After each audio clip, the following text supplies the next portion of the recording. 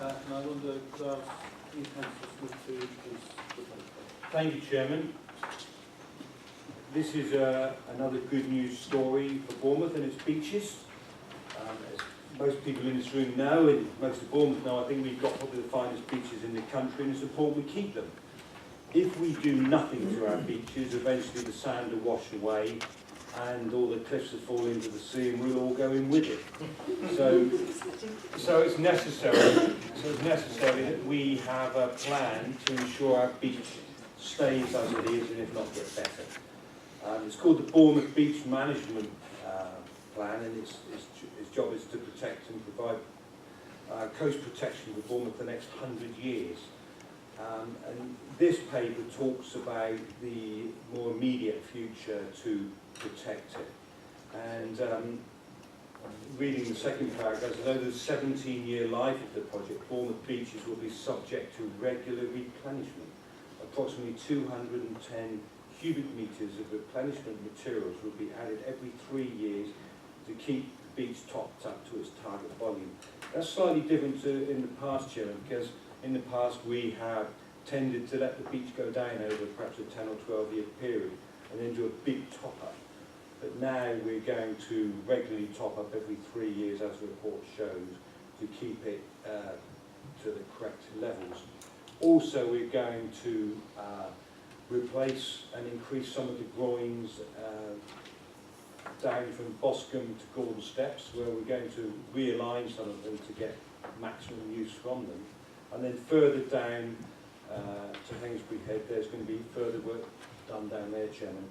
Now, Dr. David Harlow is here today, Chairman. I know there's been a lot of interest in particularly the bottom end, Solent, Hengistbury Head end, and I wonder, with your permission, Chairman, Dr. Harlow could just briefly explain what the sort of thoughts and plans are for the Hengistbury Head end over the coming years. Because I know there's talk of work on the long groin and so on. So, with your permission, Chairman, can Dr. Harlow speak? Well, if Dr. Harlow would like to speak but briefly on that specific topic, there's a lot of information within the report and elsewhere that's readily available, so I really only want the headlines, but certainly Dr. Harlow, please go ahead. Thank you, Linda. Very briefly then, the first shoreline management plan 10 years ago did not say that Hengistbury Head Long Groin should be protected. The second SMP, which we did about 4 years ago, does say that Hengistbury Head will be protected, because if it were lost, we would lose the town centre of Bournemouth, Poole and Christchurch, and it would be an absolutely catastrophic future. So the immediate plan is that we'll do a study on the Long Groin in about 3 to 5 years' time, with work in about 6 years. We were fortunate to get some emergency repair and recovery funding, and we spent about £250,000 topping up the rock on it. So the Hengistbury Head Long Groin itself is sound for about 5 years, and then will be reviewed and replaced. And we're also looking very seriously about putting the 6 missing rock groins to the west of it that weren't put in the 1980s planetary. Thank you very much. Thank you, back to Councillor Yeah. Smith, and perhaps you'd like to Move the recommendation. Yeah, Chairman, as you can see on the top of the second page, I think it's the second page, there are the recommendations, which I'd like to point out, recommendation number 3, which means that the council now contributes towards our beach replenishment and to the tune of £1,090,000. So with that, Chairman, I'd like to move recommendations 1, 2 and 3 on the report. Seconder? Are there any questions from members not on the cabinet? Councillor Whitfield. Chairman, I'm going to be very brief, but I see that Councillor West, as always, circulates his emails worldwide to everyone, and I understand there is going to be a response to that.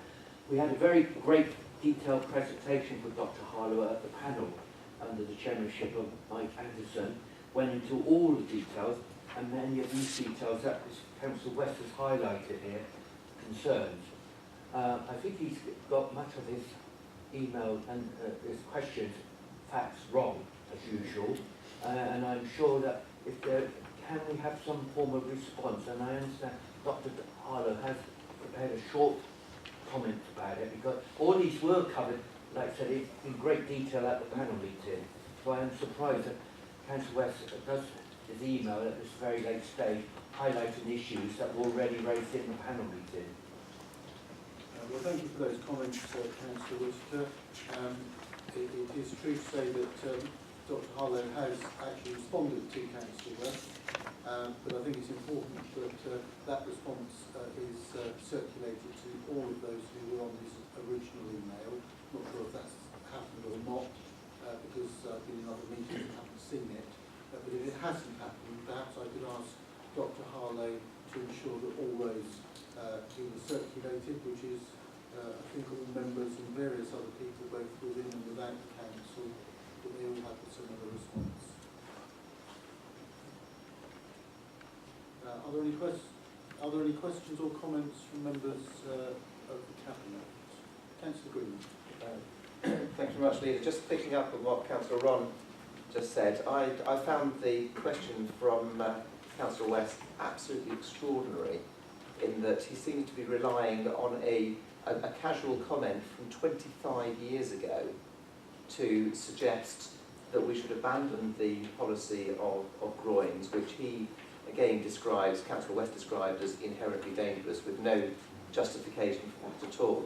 And in doing so, the Cabinet report makes it very clear that the Environment Agency will only provide the support that they say they will in the event that we are going for the most economical option, which means that if Councillor West's suggestions were carried forward, we would be putting at risk £36 million of funding coming into Bournemouth. And I just see it as extraordinary.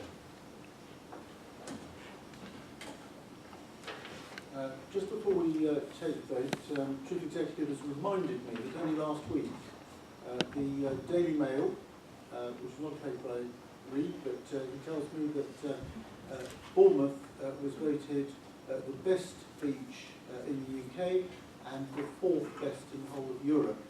And so to add that to our very many awards is extremely welcome and quite timely in view of today's paper. So if we could go straight to the vote, all those in favour please indicate. Thank you very much.